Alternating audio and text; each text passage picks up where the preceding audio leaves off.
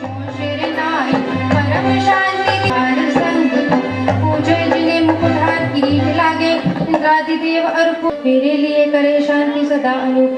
संपूजकों को, प्रतिपालकों को, यतीनकों को, यतिनायकों को, राजा प्रजा राष्ट्र स्वदेश को ले, कीजिए सुखी है जिन शांति को दे, कीजिए सुखी है जिन शांति को दे। फिर दिल भर न रहे व्याधियों का अंदेशा, हो बे चोरी नजारे से समय बढ़ते हो न दुष्काल भारी, सारे ही देश धारे जिन बरस को जो सदा सौखकारी। घरार शांति करो सब जगत में, वृषभाधिक जिनरार शांति करो सब जगत में, वृषभाधिक जिनरार।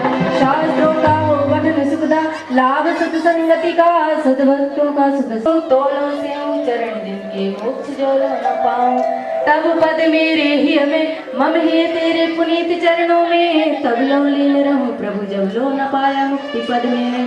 अक्षर पद मात्रा से दूषित जो कछु कहा गया मुझसे, क्षमा करो प्रभु सो सब करना करी पुण्य छुड़ाओ बहु दुख से। समाधि दुर्लभ कर्मों का क्षय सुबोध सुकारी, परि पुष्पांजलि छिपे नौ बार नभो कर्म।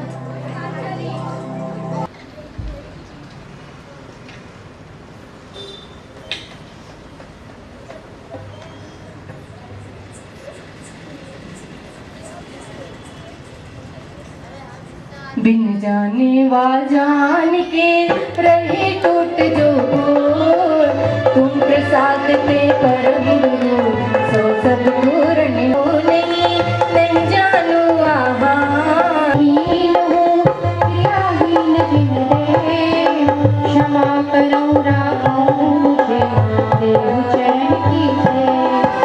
श्रद्धा से आराध पर पूछे भक्ति प्रमाण, जब सर्जन में करो सदा करो कल्याण। आदि परमेश्वर ने पूजा विधि विसर्जनम करोमि, अपराध क्षमापनम भवतु यह यह यह। श्री जिन भव भव के पातक कटे, दुख दूर हो जाए सभी के दुख दूर हो जाए। सभी लोग 9 बार नवोकार मंत्र पढ़ लें। आगाह कर देना जगी हो शाम, अपने कार्य क्षेत्र में नाम कमा सकेंगे, कार्य कर सकेंगे।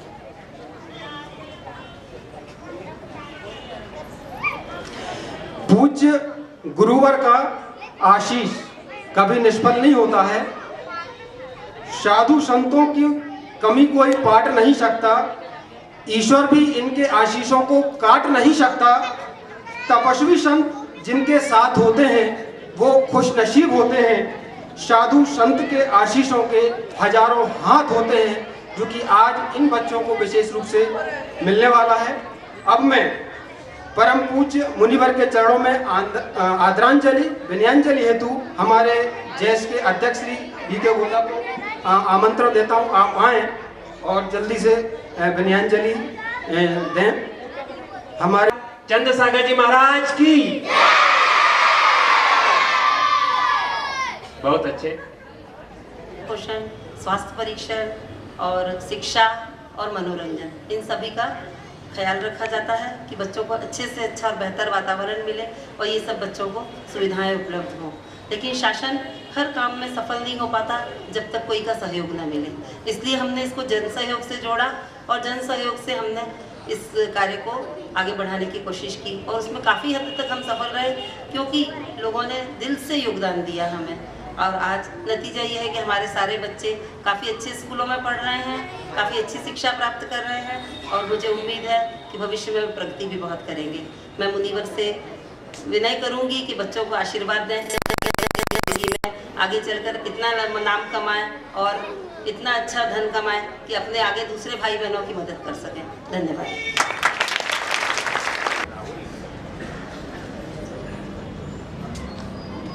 ओम नमः सिद्धेभ्यः। ओम नमः सिद्धेभ्यः। ओम नमः सिद्धेभ्यः। ओम नमः सिद्धेभ्यः। पंच परमिष्ठी भगवान की, देवादिदेव भगवान महावीर स्वामी की, परम पूज्य आचार्य गुरु श्री विद्यासागर जी महाराज जी की,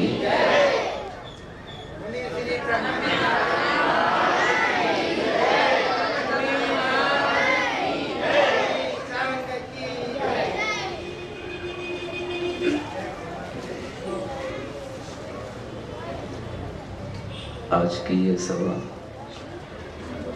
थोड़े समय के लिए इन छोटे मोटे बच्चों के लिए है,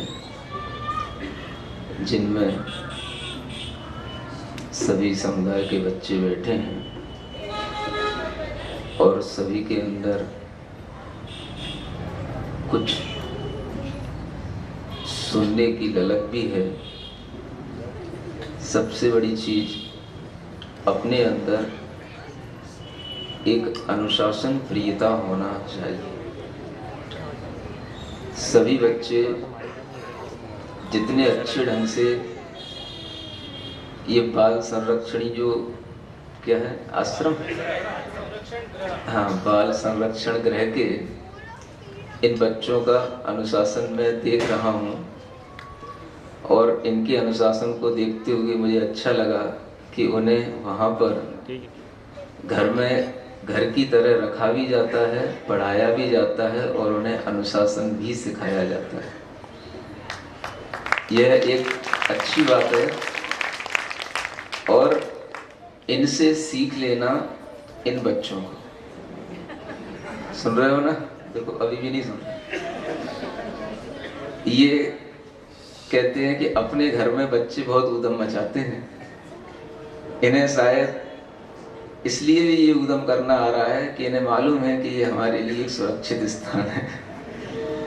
और फिर भी सभा में हम अगर इस तरह से अनुशासनता सीखते हैं तो वह अनुशासन हमारे संस्कारों को परिपक्वता की ओर ले जाता है और उस अनुशासन से जो हमारे संस्कार हैं वो परिपक्व हैं ऐसा ज्ञान में आता है।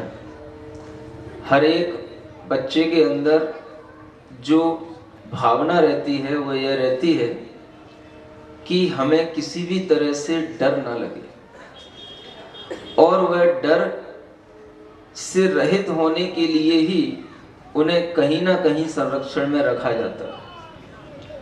जब वह बच्चा माता पिता के पास रहता है निश्चिंत रहता है और वही बच्चा जब माता पिता से भी दूर होकर के किसी और भी व्यक्ति के या किसी भी संस्था के संरक्षण में रहता है तो उस समय में भी उसके अंदर सबसे ज्यादा देखने योग्य चीज यह रहती है कि वह अनुशासित भी हो और निर्भीक भी हो। उन बच्चों के अंदर जो सबसे बड़ी बात होनी चाहिए वह जैसा कि हम करते हैं वैसा ही हम पाते हैं और हम अगर मदद दे रहे हैं तो वह बच्चे भी हमें कहीं ना कहीं किसी ना किसी रूप में आगे चलकर के मददगार बनेंगे। यह मदद एक बहुत अच्छा शब्द है और मदद का अर्थ होता है मद दे देना।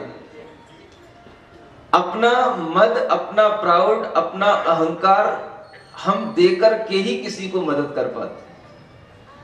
अगर कोई भी संस्था किसी के लिए मदद कर रही है तो इसका मतलब है कि वह अपने उस अहंकार को त्याग रही है। जिस अहंकार को छोड़ने के बाद में हम परमात्मा के पास तक पहुंच पाते हैं और अगर हम देखें तो वह परमात्मा तक पहुंचने का जो रास्ता है वो ऐसी सेवा और ऐसी मदद से हमें प्राप्त होता है। हम सभी लोग ये भावना रखें कि उस मदद को करने के लिए हम आपस में भी तत्पर रहें। बच्चे लोगों के लिए विशेष रूप से कि हम जिन बच्चों के साथ में रहते हैं उनकी भी आपस में मदद करने की भावना रखें। मदद समझते हो ना? एक दूसरे का ख्याल रखना और एक दूसरे की जरूरत पड़ने पर सेवा करना, ये सब भावना हमारे अंदर इस शिक्षा के साथ में अवश्य आना चाहिए। आजकल बच्चों के लिए इस तरह की जो एक भावनाएं हैं, जो कि एक मानवीयता से जुड़ी हुई होती हैं, उन भावनाओं में बहुत कमी आती हुई देखी जाती है और बच्चा बचपन से ही स्वार्थी होता चला जाता है। वह केवल स्वयं ही आगे बढ़ना चाहता है, दूसरे को वह पीछे ढकेल करके आगे बढ़ने का एक अपने अंदर भाव रखता है। और इस भावना से बचने के लिए हमें बहुत जरूरी है कि हम एक दूसरे के प्रति प्रेम का भाव रखें, एक दूसरे के परेशानी में हम उन्हें सहयोग करें और एक दूसरे के साथ रहकर के यदि हमें कभी भी किसी की बात की जरूरत हो तो हम उसकी हर तरह से मदद करने के लिए तत्पर रहें। एक छोटी सी बात मैं आपको बताता हूं, सुन रहे हो ना बच्चे लोग? देखो अभी भी शैतानी कर रहे हैं ये जैन बच्चे, सुना करो, तुम्हारे लिए ही अलग से बोला जा रहा है। देखो, मदद करते हुए यदि कभी कोई हमारी मदद करने में कमी भी कर दे तो हमें उसका कभी बुरा नहीं मानना। सुन रहे हो ना? दो दोस्त थे और वे दोस्त आपस में बहुत प्रेम से रहा करते थे और उन दोनों दोस्तों ने एक बार ऐसे ही पिकनिक मनाने की सोची और वे पिकनिक मनाने के लिए गए। रास्ते में पिकनिक के ही स्थान पर चलते हुए उन्हें कुछ आपस में ऐसा कुछ बातचीत हुई कि एक दोस्त ने दूसरे दोस्त के लिए एक क्या कर दिया, जो आप कर देते हो कभी कभी, उसने क्या कर दिया, उसने उसके लिए एक चांटा मार दिया।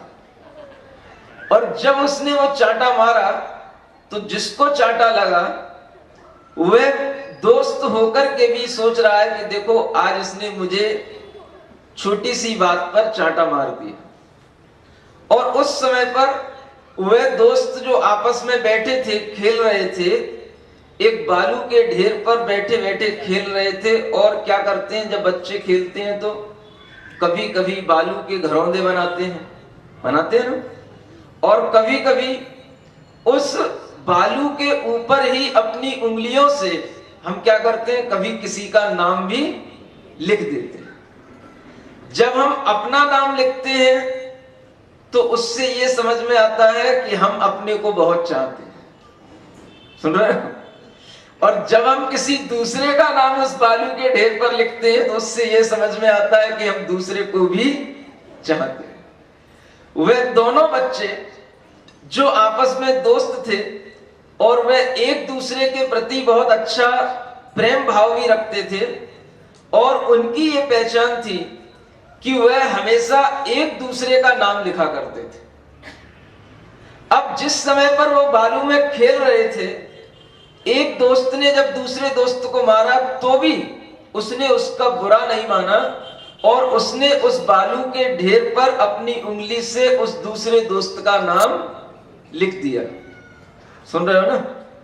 जब उसने वो नाम लिख दिया तो उस दोस्त को लगा कि देखो मैंने कोई गलती कर दी और मैंने इसके लिए चांटा मारा, लेकिन फिर भी इसने मेरी बात का बुरा नहीं माना।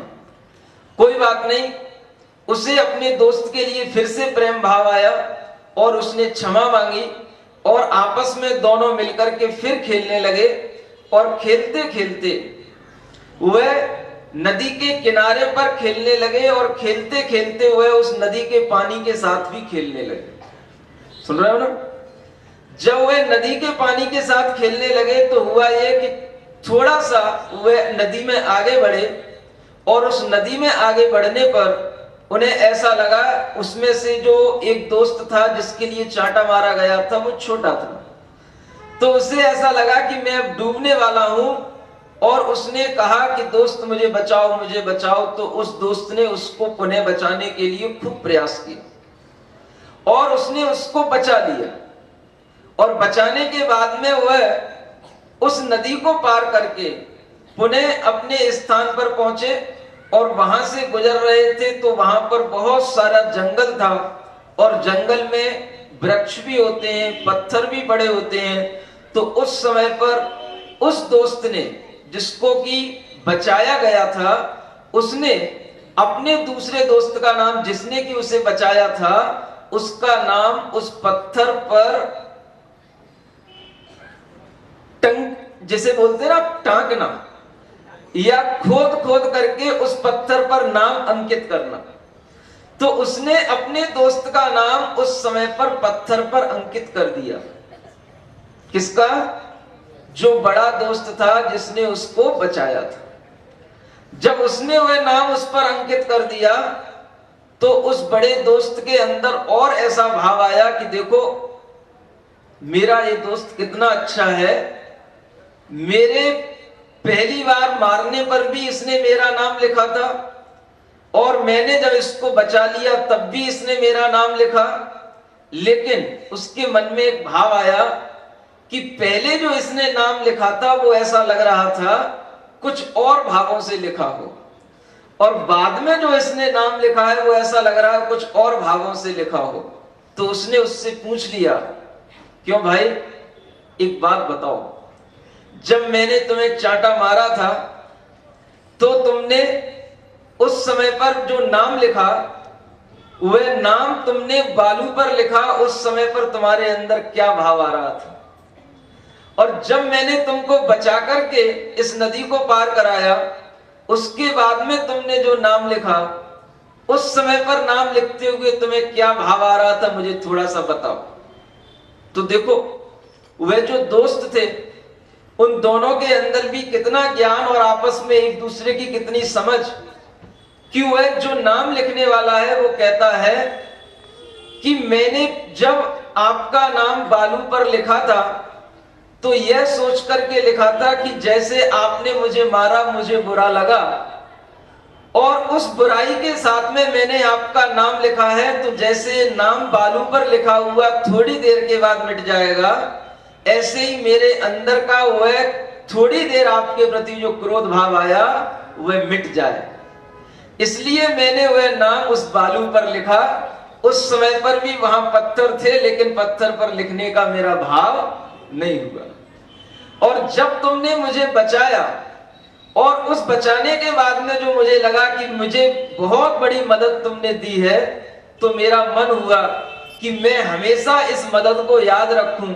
इसलिए मैंने उस समय पर तुम्हारा नाम उस पत्थर पर टांक करके हमेशा के लिए अंकित कर दिया, ताकि मुझे ये ध्यान रहे कि मदद हमेशा एक दूसरे की करना चाहिए। इस भावना से मैंने वह नाम पत्थर पर अंकित किया।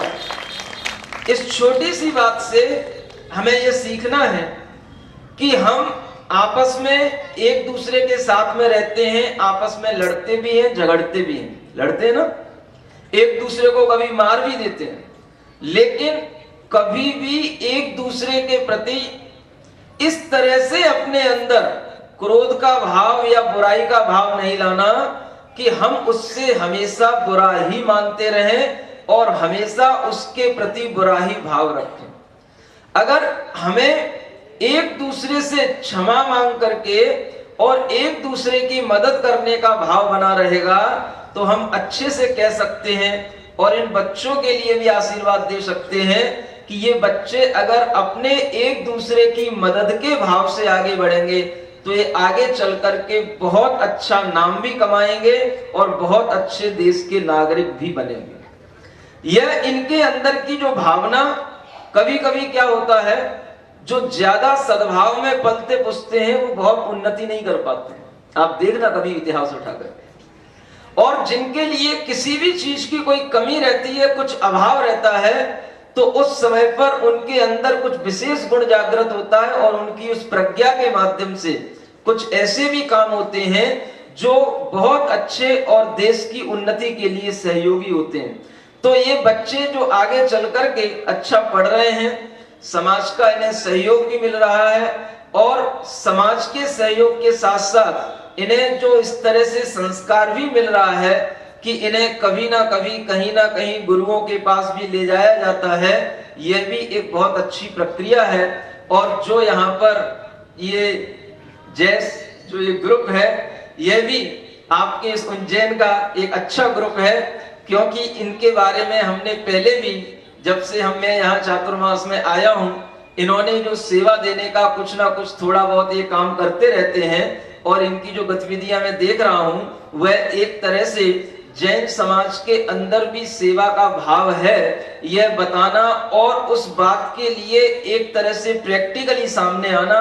इसके लिए ये ग्रुप हमारे सामने जब इस प्रकार से आता है तो हमें अच्छा लगता है, क्योंकि इस प्रकार की सेवा देने का भाव भी हमारे अंदर हमेशा रहना चाहिए, और वह सेवा के माध्यम से ही हम दूसरे जो जरूरतमंद लोग हैं उन तक अपनी सही धन का, अपने समय का सदुपयोग करके उन तक वह वस्तु अगर हम पहुंचाते हैं तो हम वास्तव में भगवान महावीर स्वामी का जो संदेश है, जियो और जीने दो, उसको हम प्रैक्टिकली कुछ कर रहे हैं ऐसा हमें लगता है। और ऐसे कार्य आप करने के लिए निरंतर आपको आगे बढ़ते रहना चाहिए। आपके लिए भी आशीर्वाद और इन बच्चों के लिए भी बोलो महावीर भगवान की के लिए भी कि शर्मा मैडम ठीक कि ये बच्चे कभी भी प्रयास करें, अगर आपके यहाँ पर कोई ज़्यादा बॉन्डिंग ना हो तो, कि ये बच्चे हमेशा मांस, मदिरा और अंडा से दूर रहें।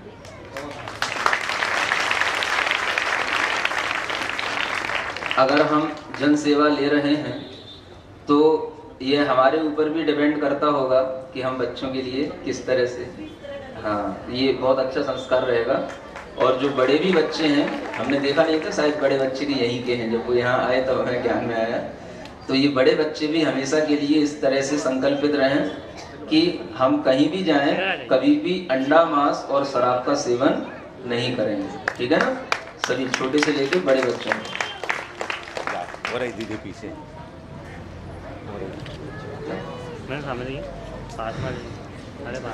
अब प्राइज डिस्ट्रीब्यूशन के पश्चात मैं श्रीमती आभा शर्मा को सम्मान देने के लिए यहाँ आमंत्रित करता हूँ, और सम्मान हेतु हमारे ब्रजेंद्र महाराज साहब के चरणों में कोटिश वंदन।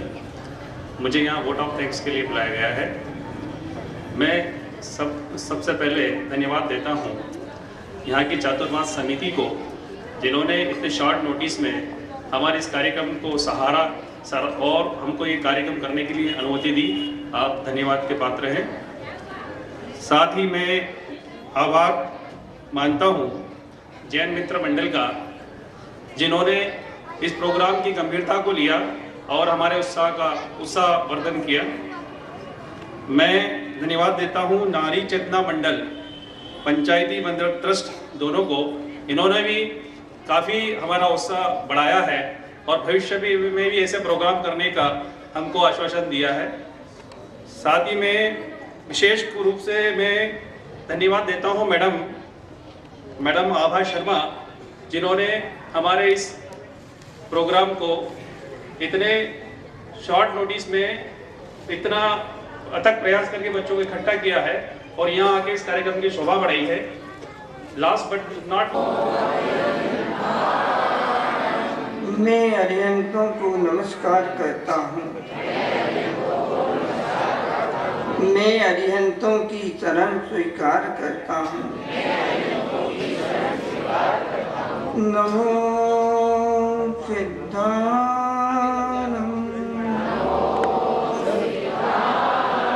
मैं सिद्धों को नमस्कार करता हूँ। मैं सिद्धों की शरण को स्वीकार करता हूँ। नमो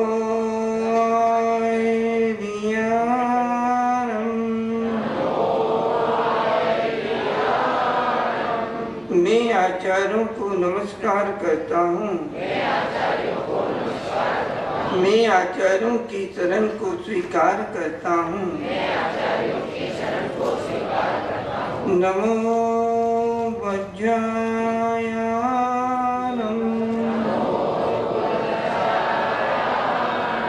मैं उपाध्यायों को नमस्कार करता हूँ। मैं उपाध्यायों की शरण को स्वीकार करता हूँ। नमो लोये सव्यसाहुनम।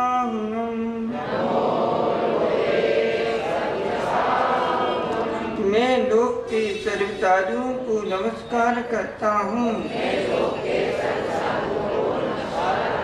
मैं साधुओं की शरण को स्वीकार करता हूँ।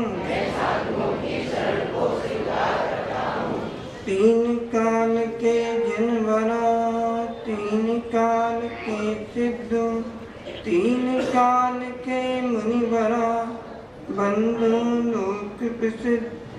ज्ञान सागराचार्य गुरु की वाणी के जो आगर हैं, कुंद कुंद के प्रतिरूप धरती पर विद्यासागर हैं।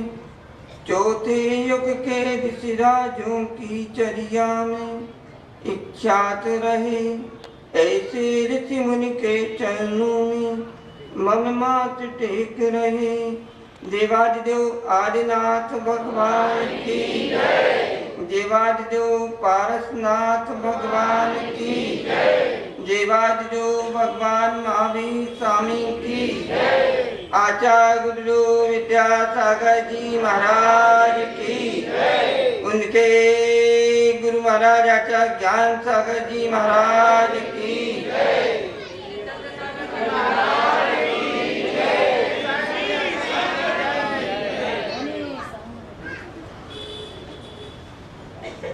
समझे नहीं, समझाए नहीं, समझे।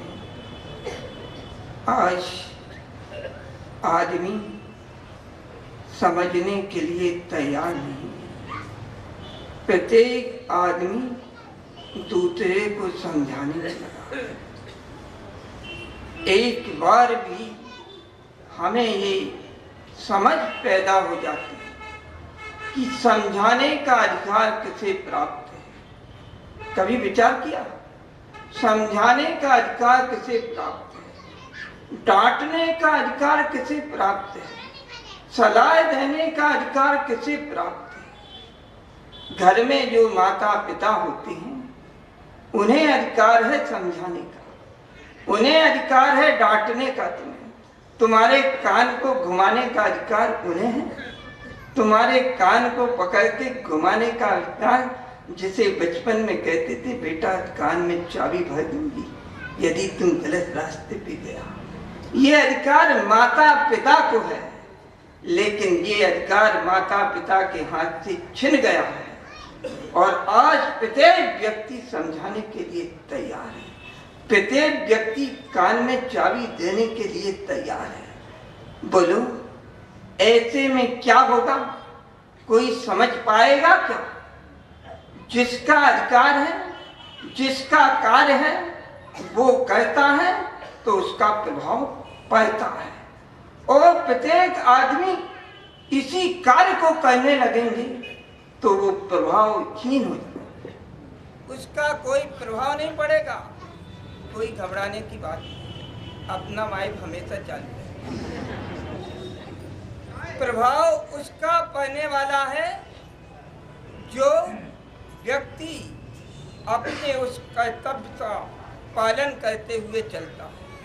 तो माता पिता का यह कर्तव्य होता है कि यदि मेरा बेटा लीड से हट के चल रहा है तो उसे एक समझाइश देना, उसे समझाना, उसे एक संकेत देना, बेटा तू ऐसा करेगा तो तेरा आगामी जीवन ऐसा हो जाएगा। ये माता पिता के पास होता अधिकार, ऐसे गुरु के पास भी ये अधिकार होता है। यदि शिष्य अपनी लीड से हट के चल रहा है तो गुरु को अधिकार है कान पकड़ सकता है।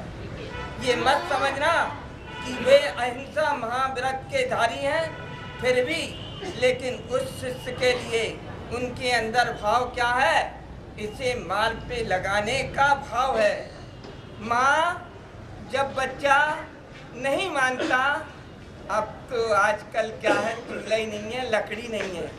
पहले क्या होता था, जब बच्चा नहीं मानता था तो चूल्हे में से एक लकड़ी जिसे बुंदेलखंड में लूघर कहते हैं, वह निकाल कर उस बच्चे को दिखाती थी। क्या भाव था? जलाने का। बच्चे को जलाने का भाव है, नहीं, बच्चे को सही रास्ते पे चलाने का भाव है, ताकि इस लकड़ी को, इस लूघर को जलते हुए को देख के उसके अंदर एक भीति उत्पन्न हो जाए। उस भीति के माध्यम से वह अपने सही रास्ते पे चला जाए। और फिर जब थोड़ी देर बाद लूघर रखती, आजा आजा आजा आजा, अरे अभी तो डरा रही थी, अब कहती आजा आजा। क्यों कहती आजा आजा? जब वो रास्ते पे आ जाता है तब माँ उसे प्रेम करती है। जब वो रास्ते से हट जाता है तो फिर क्रेन का उपयोग करना पड़ता। पटरी से रेल का पहिया नीचे आ जाएगा डिब्बे का, तो फिर क्रेन ही लगेगी ना। ऐसे जब बच्चा पटरी से नीचे उतर जाता है तो ऐसी माँ को एक क्रेन लाना पड़ती है। इस क्रेन के माध्यम से वो सही रास्ते पे लगता है। अपने लिए आज विचार करना है, यहाँ समझना है। यदि एक बार भी अपने अंदर ऐसी समझ पैदा हो जाए कि मुझे समझना है, समझाना नहीं है। जब कोई भी आदमी बीमार हो जाता है तो कितने लोग समझाने के लिए आ जाते हैं। प्रत्येक घर में आपको डॉक्टर मिल जाएंगे। देखो जुकाम हो गई है, ये ले लेना, इससे जुकाम ठीक हो जाएगा। दूसरा आएगा, ये ले लेना, इससे ठीक हो जाएगा। तीसरा आएगा, मेरे फलाने को जब खांसी चली थी ना तो उस समय अनार के छिलके का खड़ा बना के दिया था, तुम भी ये ले लेना, ठीक हो जाएगा। देखो प्रत्येक घर में ऐसे डॉक्टर पैदा हो रहे हैं। एक बार अकबर बीरबल के यहाँ भी ऐसा किस्सा जुड़ा। व्यक्ति भी कुछ नुस्खे जानता हो, वो 1 रुपये डाले डिब्बे में और अपना एक नुस्खा बताए और चला जाए। ऐसे पता चला प्रत्येक डॉक्टर में, प्रत्येक घर में जैसे 10 सदस्य थे 10 ही डॉक्टर, सब कुछ ना कुछ जानते हैं। तो याद रखना, अधूरे मुल्ले से और अधूरे हकीम से हमेशा खतरा रहता है। हाँ, जो पूरी विधा जानता हो। मैं किसी रोग से पीड़ित था तो उसी रोग संबंधी जानूंगा। अब उसको खांसी होती है, यह खांसी टीबी के कारण है कि जुकाम के कारण है, आपने तो कह दिया, ऐसा कर लेना। इसलिए अपने लिए ये समझना है कि हमें समझाना नहीं है, समझना है। एक बार यदि हम यहाँ समझने के लिए, आप महाराज से समझने आए कि समझाने आए? बोलो, अब नहीं बोलोगे। समझने, यदि आप समझने की दृष्टि से आए हैं तो मैं कहता हूं आपको जरूर समझ में आएगा। और आप समझाने की दृष्टि से यहाँ आए हैं तो आप कभी नहीं समझ सकते। इसीलिए आप अपने से बड़ों से समझने की कोशिश करें, उन्हें समझाने की कोशिश ना करें। जब छोटा था उस समय स्कूल में पढ़ता था, ऐसी ही अपने अंदर एक समझ पैदा हो गई। 9, 10, 11 तीनों क्लास में उप कैप्टन रहा। उस समय एक बालक, एक साथी उस दिन वह शनिवार का दिन था। स्कूल तो दोपहर में ही लगता था, 11:40 पे लगता था और शाम को 5 बजे छुट्टी होती थी। लेकिन शनिवार को स्कूल सुबह लगता था और उस समय टाकीजों का जमाना था, टीवी नहीं थी उस समय, तो बच्चों के लिए यही एक शौक होता था फिल्म सिनेमा देखने का। उस समय फिल्म चल रही थी टाकीज में सुबह 9 से 12, यह समय था।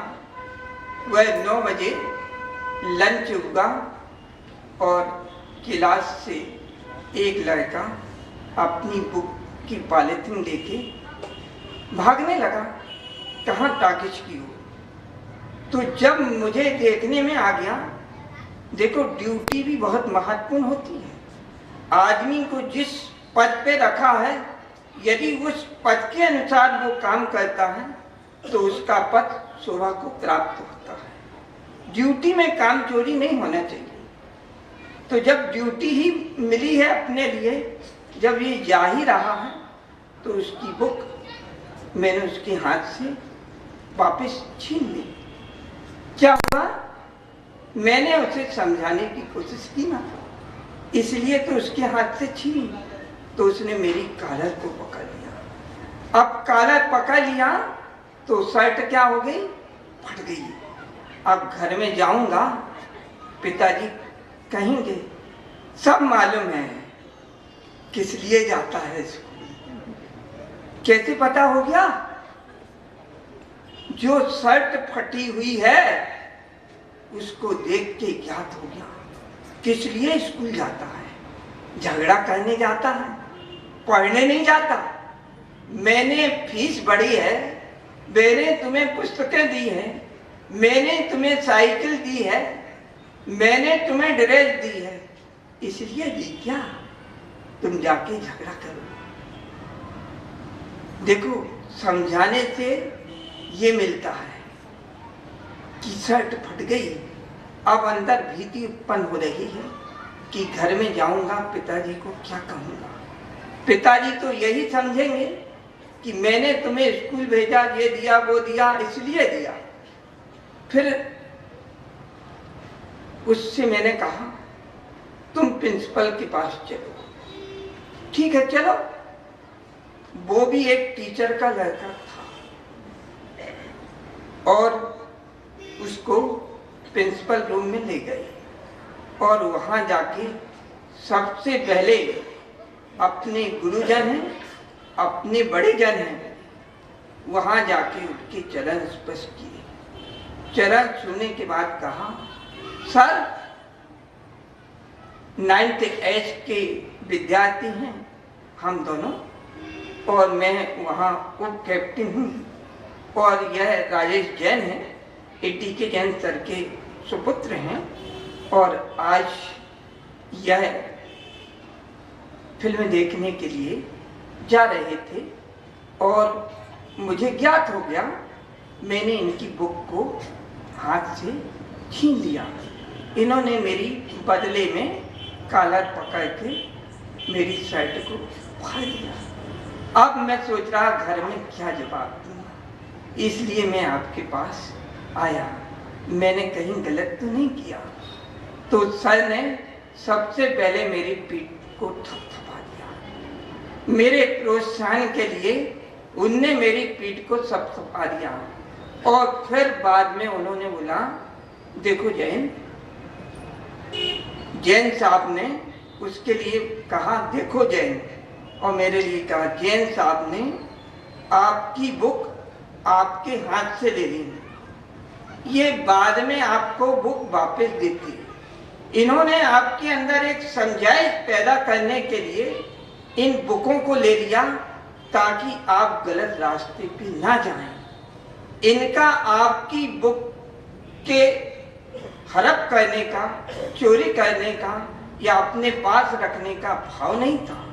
इन्हें एक समझ पैदा करने के लिए इन्होंने ऐसा किया। फिर सर ने दोबारा फिर थपथपाई और उस बच्चे के लिए कान पकड़वा के दंड बैठक लगवा दी। तो अपने लिए ये भी सोचना है कि हम दूसरे को समझाने जा रहे हैं, कहीं हमें उससे समझाने से उल्टी हानि ना हो जाए। हम हित के लिए तो चले हैं, लेकिन कहीं हमारा अहित ना हो जाए, ऐसा बहुत पार हो जाता है। आप लोग अपने अंदर एक ऐसी समझ पैदा करें कि हमें जो यह मनुष्य का जीवन, यह जो जैन कुल मिला हुआ है, तो हमारी बुद्धि का आयाम क्या होना चाहिए, हमारी बुद्धि की समझ क्या होना चाहिए। यदि हमें अपनी समझ पैदा हो गई कि मैं जैन श्रावक हूं, तो मेरा जैन श्रावक होने के नाते कर्तव्य क्या है। मेरा जैन श्रावक होने के नाते सबसे पहला कर्तव्य है सत्य व्यसन से मुक्त होना। यदि मेरे पास एक भी व्यसन है, 7 व्यसन में एक भी व्यसन है, तो अभी मैं जैनत्व की ओर नहीं हूं। ऐसी समझ पैदा करो, ऐसी समझ पैदा करते हो, अपने को समझाने की कोशिश करते हो। मद्य, मधु, मांस, मद्य, मधु, मांस, इन तीनों का त्याग हो तो मैं जैन हूं। क्या आपका त्याग है? मद्य का त्याग है, मधु का त्याग है? बोलो, है त्याग? बाजार में जो शुगर कोटिक गोलियां आती हैं, वे सब मधुमक्खी के शहद के माध्यम से तैयार। सोच लो, आपका यदि नियम है तो उस नियम के बारे में भी विचार करना है, कहीं मेरा नियम आगे टूट तो नहीं रहा है। मैंने शुगर कोटिक खा ली, मेरा नियम था, इसके बारे में भी विचार करना। ऐसी बहुत सी समझ है, उसे पैदा करो अपने अंदर। मेरे पिता ने कहा है जा चौले मंदिर जा, तो पिता के कहने से जाना है कि मेरा कर्तव्य है मंदिर जाना? बोलो, पिता के कहने से मंदिर जाना है कि मेरा कर्तव्य है?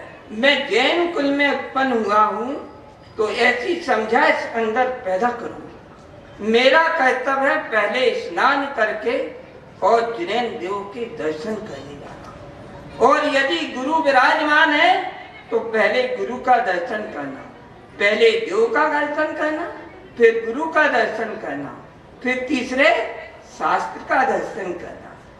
ऐसे पंच परमेष्टि का दर्शन अपने लिए करना। ऐसी समझ पैदा करो अपने अंदर।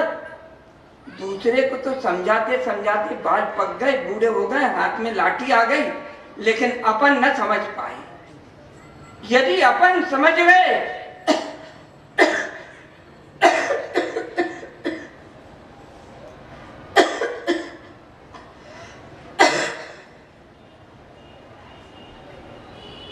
आप सुधरेंगे तो और सुधरेंगे। दूसरों इसको ठीक कर लो। दूसरों को नहीं सुधारना है, अपने आप को सुधारना है। आज आदमी दूसरे के लोटा देख रहा है, अरे तुम्हारे लोटे में तो मिक्कू पड़ा।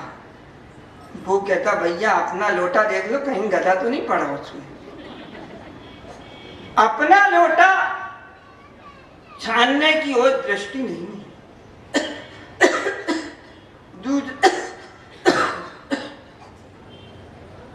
दूसरे के लोटे की ओर दृष्टि है। एक बार अपने लोटे की ओर यदि हमारी दृष्टि चली जाती है तो हमारा जीवन संयत हो जाता है। लेकिन ऐसा आप कर नहीं पा रहे। कर पा रहे क्या? ऐसा नहीं कर पा रहे, जबकि ऐसा होना चाहिए।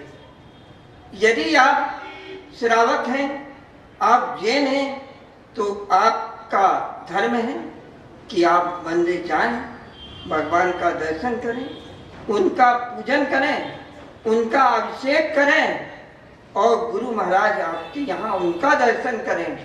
और गुरु महाराज यदि आहारचर्या के लिए निकल रहे तो आपका ये भी कर्तव्य है कि उन्हें दान करें। किसका दान करना? स्व की वस्तु का। स्वसाच सर्गो दानम। अपनी वस्तु का दान करो। जो अपन 24 घंटे खाते हैं उन वस्तुओं का दान करो, यही आपका दान माना जाएगा। और दूसरा क्या?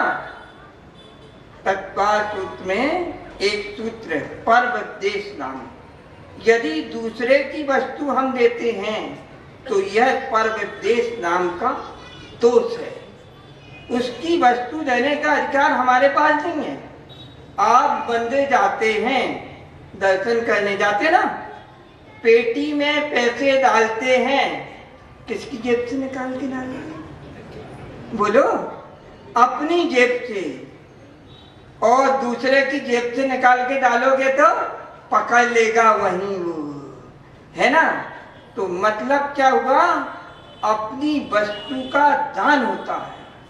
ऐसी समझ अपने अंदर पैदा करो कि हम श्रावक हैं, हम मनुष्य हैं, तो हमारा क्या कर्तव्य है।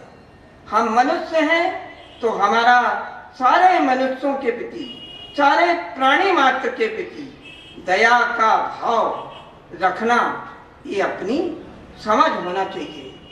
मैं रास्ते में जा रहा हूँ, कोई दीन है, कोई दुखी है, उसके ऊपर दया करना। कभी आपने मनुष्य के ऊपर तो दया कर ही दी होगी। कोई कभी ऐसा कोई जरूरतमंद दिखा होगा तो उसकी मदद भी की होगी, लेकिन कभी किसी पशु की मदद की?